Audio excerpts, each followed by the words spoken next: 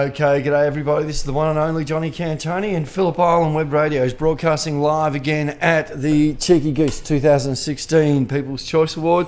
Tonight is Thursday night 7:30, and we're with Photo Rangers Dale Rogers. G'day mate, how you going? Hey Johnny, how you going? Yeah, outstanding, really good, thanks. And so tonight, I just before we get into this, we'll just recognise some of our sponsors. So Print It Fast, Immaculate Boating Concept, One Thaggy Electronics, Bass Coast Batteries, Cheeky Goose Cafe, Turn the Page Bookstore, Beam On Jewellery Store as well here in Cowes. Have a look at them. Thank you to all those groups that have helped us out in the past, and to all the past presenters, Whitey, Jolly, all those guys as well. Thank you very much. Leo Barry and also Michaela Barlow. So thank you guys so much. And also Phillip Island Auto Racing Club. And can you do us a favour for us, Dan? Yeah, sure. Can you do the official recognition of our local Indigenous people here? Yeah, thanks, Johnny. Yes, I'd like to acknowledge the Boonwurrung people. I'd like to pay my respects to their ancestors, elders, and any Boonwurrung or First Nations people who are listening with us today. Oh, terrific. Thanks very much. All right, so you've sent me some information about what we're going to talk about. We're going to talk about taking photos at night, or Astro. What is your title for this? Well, I called this Astrophotography, the Milky Way, and Chasing Auroras. Yeah, some of those photos. And, you know, Johnny, that is the one thing. You know, when we talk about doing workshops and taking photos, that is the number one thing people want to talk about. They want to know, how do you get that photo at night? You know, I've tried to take my camera out, and all I got is blurry pictures, or my stars are blurry, and that's always what people blurry want to know. stars. I hate them. Well, that's exactly it. We were talking about that, and you're showing some photos earlier on. I asked you, I'd love to see the original photo of the lights that you're talking about. And that's the Aurora. The Aurora. Yeah. And you said, well, that's just it. This photo is taken over a certain time period. And it might be, how much was that? Was it 20 seconds? Or? Yeah, it's usually about 20, 25, 30 seconds, depending on the lens that you're using. But we'll talk about the Auroras a little bit later on in the series or in the segment. But you're right. You what you see with the naked eye is very different than what the camera actually captures. Yeah. Okay. So let's talk about that, and taking photos at night.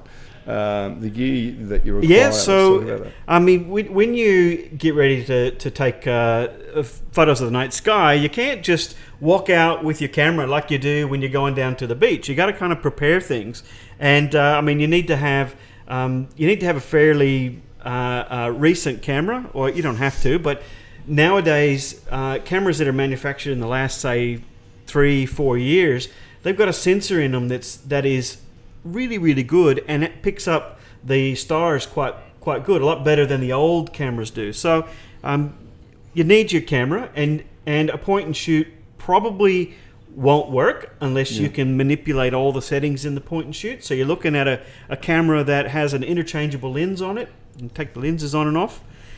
Lens wise, you need a lens that is wide as you can get, and by wide that means that when you look through it, you see a lot more real estate than you do on you've heard of a telephoto lens or a zoom lens? Yes. Yeah, so one of those are lenses, like if your kids are out playing soccer, you put one of those on, you can zoom right in on your kid and catch them as they're kicking the ball. Well, what you need for night photography typically is a really wide lens.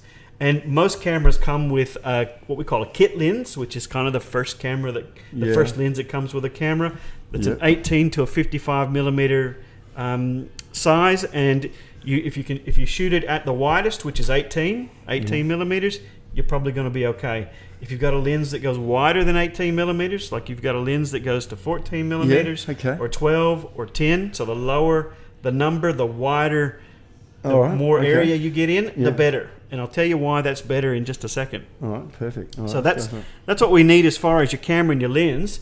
Then you need a tripod, because there's no way you're going to be able to take a photo of the night sky of stars just by holding it, because we're going to be leaving our shutter open for 20 seconds. And if you can imagine not moving a muscle or a millimeter in 20 seconds, you couldn't do that. It's not going to happen. No. So you need a tripod. And the other thing I'd recommend is, and this isn't mandatory, but a lot of people like to use them. It's a remote release, and this is a button that it can be wireless or it can actually plug into your camera, and it's a shutter button. You press that, and that opens and closes your shutter. Yeah. And the reason that we like that is because even while your camera's on a tripod, and if you can imagine your camera sitting on there, when you press a button, you're still moving. Yeah, your fingers pressing down on the camera, and there's still a little bit of movement there. So we use something like a shutter release, or I'll talk a little bit later about your camera has a built-in 2-second delay. Use that when you press the shutter. So that's what those delays. I've always wondered what those delays were used for. Exactly what they're for. Yeah. I use them for two things. Yeah. One is I use a 2-second delay. I very rarely ever use a remote release just because I'm lazy and it's just easy to set my camera on 2 seconds. The other one is that you can actually switch it over to a 10-second delay. Now, okay, I use a 10-second delay so I can press the button and then run out in front of the camera and get myself in the picture. And we'll see some photos where I've done that later, and why you might want to actually put yourself in there. I mean, a lot of people go, I don't like pictures of myself. Yeah. But if you're at night, you're pretty much taking a silhouette and you can't see your face. Well. So, you might be able to work something out there and make some interest in the photo. So that's kind of the basic gear that's required. All right, you submitted some photos here. Are we going to start? When are we going to look at... we'll go straight on to this one. Yep, okay, no worries. So let's talk about the plane here that you've taken a shot of. Where was it? So this is the old Grumman, and I forget the type, but I think it's an anti-submarine aircraft that's sitting out at the Vietnam War Museum. Vietnam Veterans Museum. That's right, in Cape Woolamai there. Yeah, and great people out there too. Yeah, you can, if you drive past the heliport, it's just past that, and you can see that plane sitting right out in front. Amazing too. And actually, I spoke to Colin Gray, who basically heads all the reconditioning of these planes. They have to actually get these planes ready into a point of just about running order. Oh, really? Yeah, that's the whole idea. This one almost looks like it's ready to fly. Yeah, just about. There's a few things. There's one of those, the light that's on the other side of the wing of this plane. Yes. And people will share this on my page as well that we're talking about, so you'll see it. But and it's also on the Photo Rangers page. Just scroll down, you'll be able to see that. Anyway, they were telling me as they were testing it out, the strength of that light's so strong that if it's left on a tarmac, it actually burns a hole in a tarmac. Oh my God. It's that strong. They tested it there where it was actually standing. Yep. Well, it was either there or somewhere. It actually the grass caught fire. Wow. So it is the light is that powerful. But that's trivial stuff. Well, look, I've seen this plane sitting over there for a long time, and for a while it didn't have the wings attached. Yes. I don't know if you remember sitting there, and I kept thinking, man, one of these days, if they ever attach those wings, that's going to be an awesome night photography shot. And there it is. So the shot we're looking at right now, you can find it on the Phillip Island Web Radio Facebook page, or you can find it on the Photo Rangers Facebook page. But it's the big airplane with all the stars around it. Now, this shot was taken by Cecilia, my wife, my partner, and I'll just tell you the settings that she used on this, because these are the settings you'll use almost every time you go out at night. Okay, perfect. So this is the thing that people always want to know. What settings did you use? Why do I do my camera? And so what she's doing there is she's using an ISO 3200. Yes. Now, ISO is the sensitivity of your sensor to light. If you remember in the old days, you had film in your camera. Yep. And you'd go to the store and you'd buy, if you're going down to the beach, you'd buy the 100. Yes. You remember that? If it's a cloudy day, you'd buy a 400 film and so on. Well, that's what this is. It's the very same thing. We're shooting at ISO 3200, which is really, really sensitive. Matter of fact, I don't even think they made film that sensitive back in the day. Right. So this is a development with the digital cameras and the technology we've got now. Yeah. Now, as far as an aperture or an f-stop, so we have to set those manually. All of these settings are manual settings, which is why people always like to know what they are. You can't do this just on an automatic on your camera. Yeah. F-stop, we put it as low as you can go. What is the f-stop exactly again? F-stop is the hole that's inside the lens. Yes. So if you think your camera has a lens on it, and Johnny, I brought a camera here. You can see that your photo Rangers, so. and we've got a camera right here, riveting radio. But Johnny's having a good time. Yeah. Anyway, but inside that lens, there's like an iris. So just like your eye has the how the pupil constricts and dilates. Same thing with the iris inside the lens, and the f-stop is basically how how open or how wide that hole is. And you want that hole as big as it'll go. Most lenses that you get when you first buy a camera will open up to what they call f3.5 or f4. Yes. So that's a particular diameter. Yes. And that's as low as it'll go. That's what you want to use. You don't want to use a higher f number because the hole starts getting lower, smaller. The better lenses, the hole gets bigger. This lens right here is a 2.0, so that hole is much bigger. Some lenses are 2.8, 2.0, so the more expensive the lens, usually the bigger diameter hole you get in there. So what lens did Silly use here? That lens is a Tokina 16 to 35, I believe, and it's an f2.0. So it's a very, very wide lens. She had a full frame camera, which also means the camera has a really big sensor in it, and it lets in a lot of light. You can, if you have a look at this photo, you'll see a billion stars in there, more than you'd ever think were sitting out in the night sky. Right on. So that's about a 20-second shot. So she left her shutter open for 20 seconds. Yes. And she had her camera on a 2-second delay. No, actually, I think she was using a remote release this night. Keep going. All right. Now, the problem most people have with night photography is not the settings. And I'll run through those settings for you one more time. ISO 3200, f as low as you can go, 20 seconds for your shutter speed or less, and using a 2-second delay or remote. What trips people up, though, not necessarily the settings, it's getting the focus. Because people might get their settings all right, and then they press the shutter down. They do that half press, and what happens is their lens is still on automatic focus. So have you ever been out in the dark, Johnny, and you try to take a picture and your lens is going and it's like going crazy and it won't find focus and it won't take the picture. Trying to transform into a transformer. That's right. It's about what it feels. It's what it sounds just drop the phone and run. That's right. Yeah. It's possessed. Yeah, okay. Yeah. So that happens. Yes. But to stop that, what we use is we have to click our lenses over to manual focus. And most of them have a button on the side that says M or A. Yes. 99% of the time we're shooting with automatic focus, which means that our camera's focusing for us. At night, there's nothing for it to focus on. So we have to put it on manual focus. And then the hard part about that is we have to put it on what's called infinity focus. Oh, okay. Now. Yeah. All right, watch out. Listeners, hold on to your seats because we're going for a big ride. That's right. Here comes the nerdy stuff.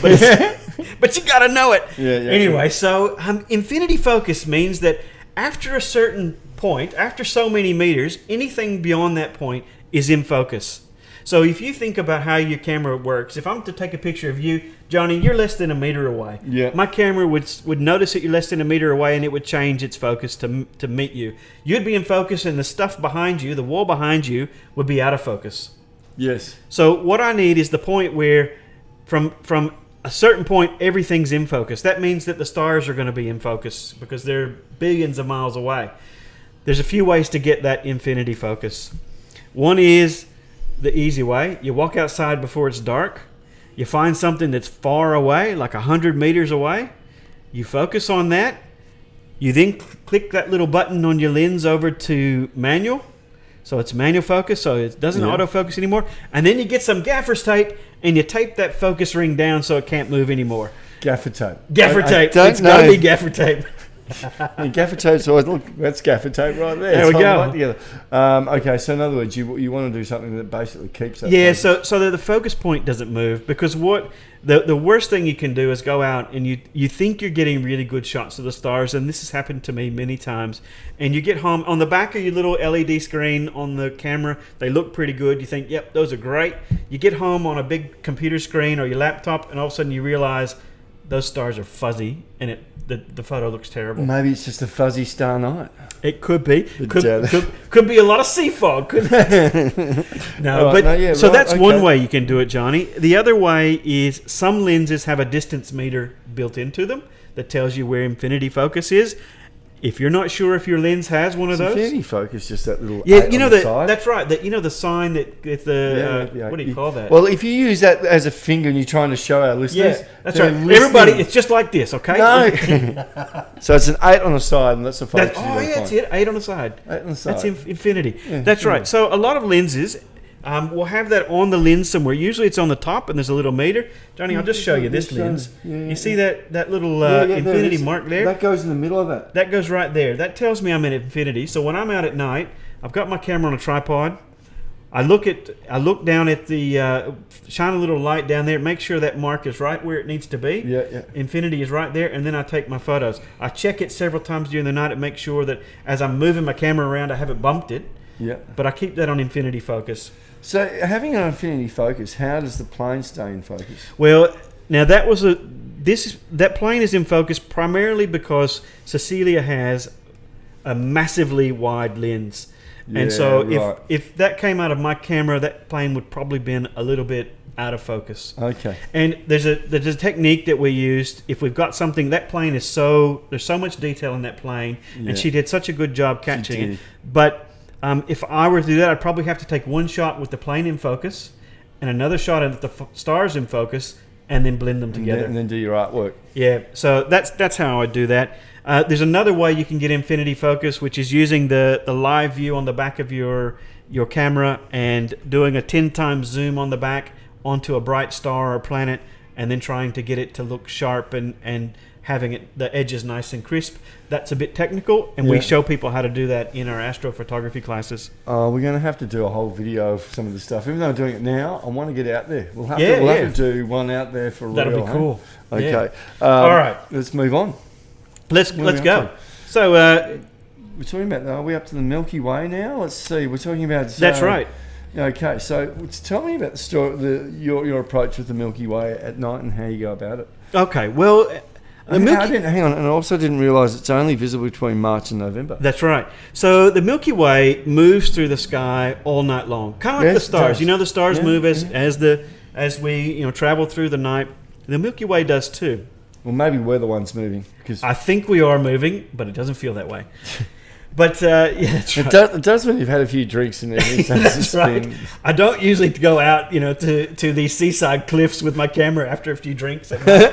I don't recommend that. Exactly right. That is a safe.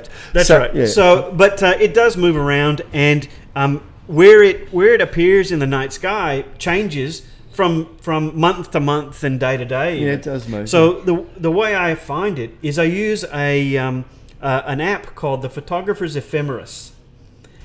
Get out. Yeah. No, we're going to... Listeners, we're just about to kick him out right now. He's using big words. Yeah, okay, fair enough. And don't ask me what it means, Johnny. I just know what it does.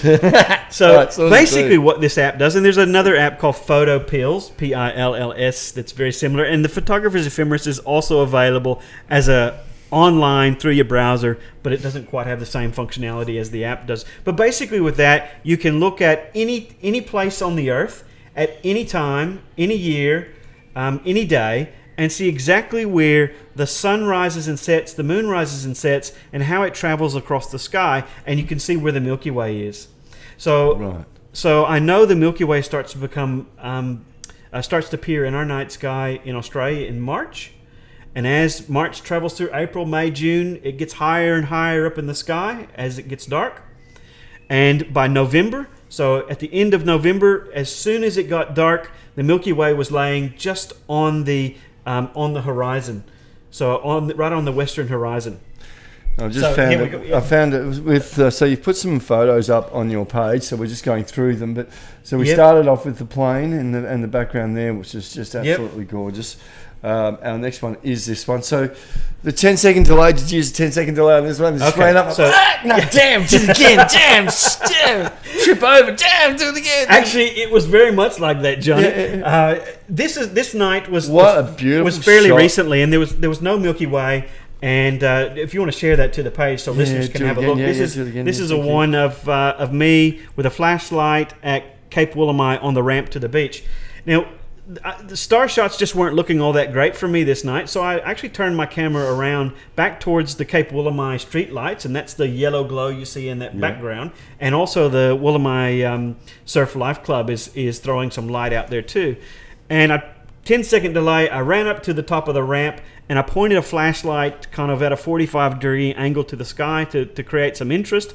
And that's the shot. Now, I often take a flashlight what a with shot, me listeners. You just look at this shot. It's because brilliant. I find that it adds some interest. And in that shot, Johnny, if you notice what I'm doing here is I'm pulling the eye all the way down to me, basically. If you look at where the rails of the ramp, the flashlight, the coastline, they all come right down to me. They all intersect right there. And that was a very deliberate composition that I did to make that shot more interesting than just a bunch of stars in the sky. Oh, brilliant. No, it is absolutely brilliant. So that was something I wanted to say is be conscious of what your foreground, you know, what's in your photo when you take a shot. A lot of people get really excited about the stars and they just point the camera straight up and get stars, but it's a fairly boring shot. So try to get something in front of you. It can be silhouetted, it can be with a flashlight, it could be anything as long as some interest.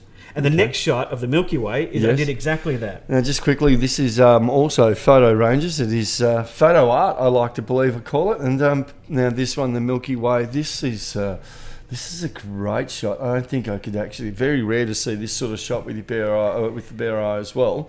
Unless, sometimes you can. I've seen it like this, but it's very rare. That's a beautiful shot. Let's talk about that as well. I'll share that. Okay. So that one is. You're right. You actually don't see the Milky Way that bright with your naked eye.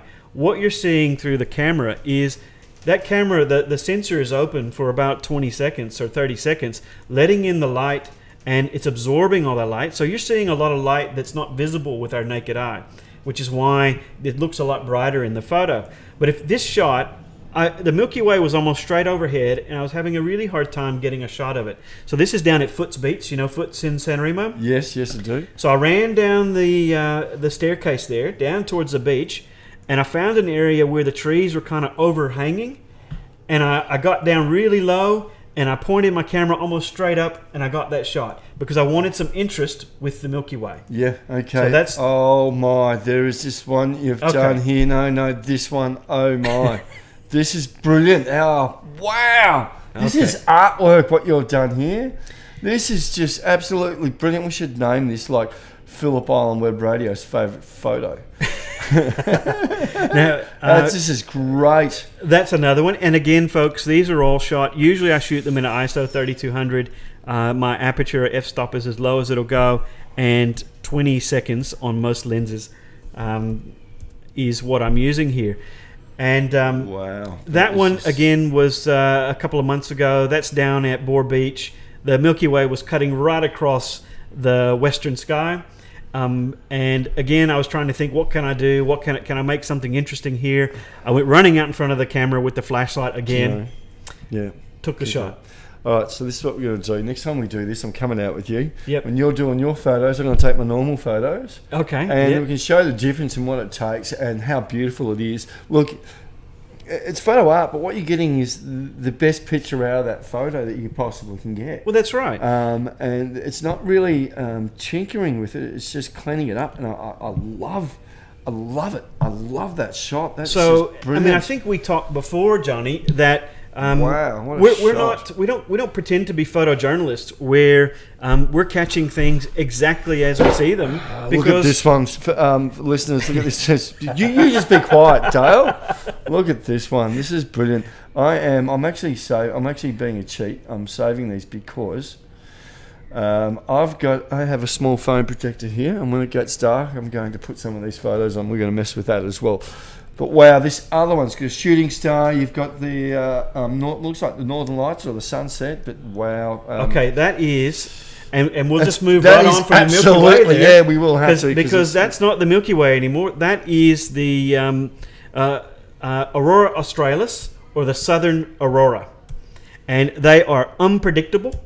You can't ever plan to go out and shoot an aurora unless you know that there's been here we go. Here's some more nerd stuff. A coronal mass ejection a few days earlier. A coronal mass ejection. Ejection. That's right. So basically, what that is. You photographers are all really weirdos. I love it. No, brilliant. Yeah. So really, what that means is the sun had a massive burp.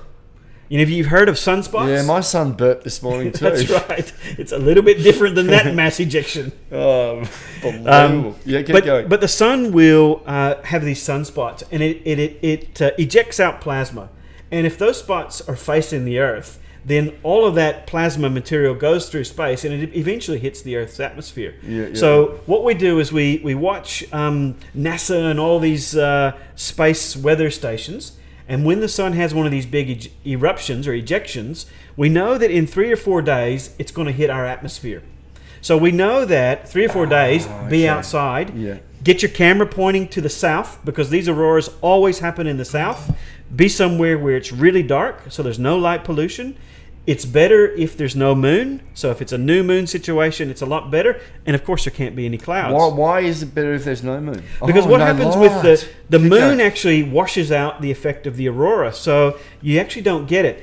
Now, Johnny just shared this picture. And this photo is, I took this out at, again, out at Boar Beach, I believe. So I'm still stealing some of your photos because they're just brilliant. And just pull that one up and I'll talk through that one. Just give me a second. But anyway, I'm out at Boar Beach. I knew that the conditions were right for an aurora. There had been a CME, or a coronal mass ejection, a few days before. So I was kind of ready for it.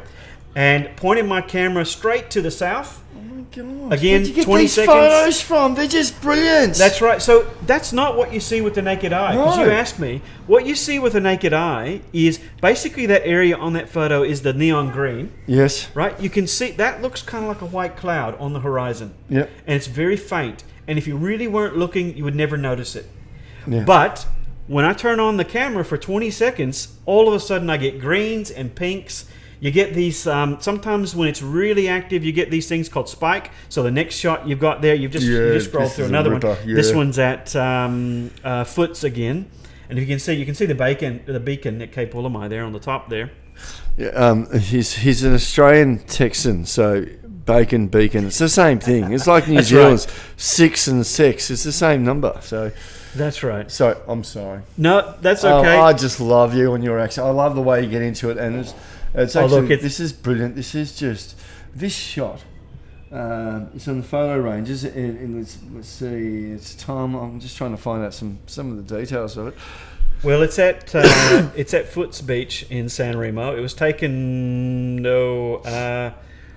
probably in July of this year. Yeah. And if you look on this one, you can see what we call these spikes or pickets up in the sky. The pink sort of vertical stripes, and then you've got the green aurora across there. And also in that shot, you can see the large Magellanic Cloud. Yeah, that one there. Now, those are visible most year round, and that's actually a galaxy sitting out there. Yeah. That, again, to the naked eye, it might look like a smudge in the sky, but when you get it in the camera, you can actually tell, hey, that's a bunch of stars all packed in there. It's a galaxy sitting there. There's two of them. There's a large Magellanic Cloud and the small Magellanic Cloud.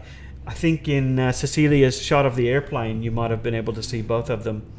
In the past Aurora shot, they were there as well. There was one there, but I'm just getting back to Celia's shot. There they are. Those two. Wow. Well, one's right left to the propeller. None of those stars have been added. They're just been brought to light. Pardon the pun, but it's brought to light. That's right. They're out there. It's just we don't see them with our eye. Especially when you're in the city, you see a lot less. That's light because there's so much light in the city. And the whole key about this is getting out to an area that is fairly dark. And luckily, around the island, we've got some pretty good sky. So, all right. Look, we're just going to. We've got about a minute and a half of this segment left. We might just. We'll get back to it. So we might have to stop it off there, but let's talk about your next up and coming events really quickly. Is that appropriate to do that? Yeah, let's do. So what we've got coming up this Saturday night, we've got a long exposure workshop. We call it Catching the Wave, where we're actually catching some of the movement in these crashing waves down at Boar Beach.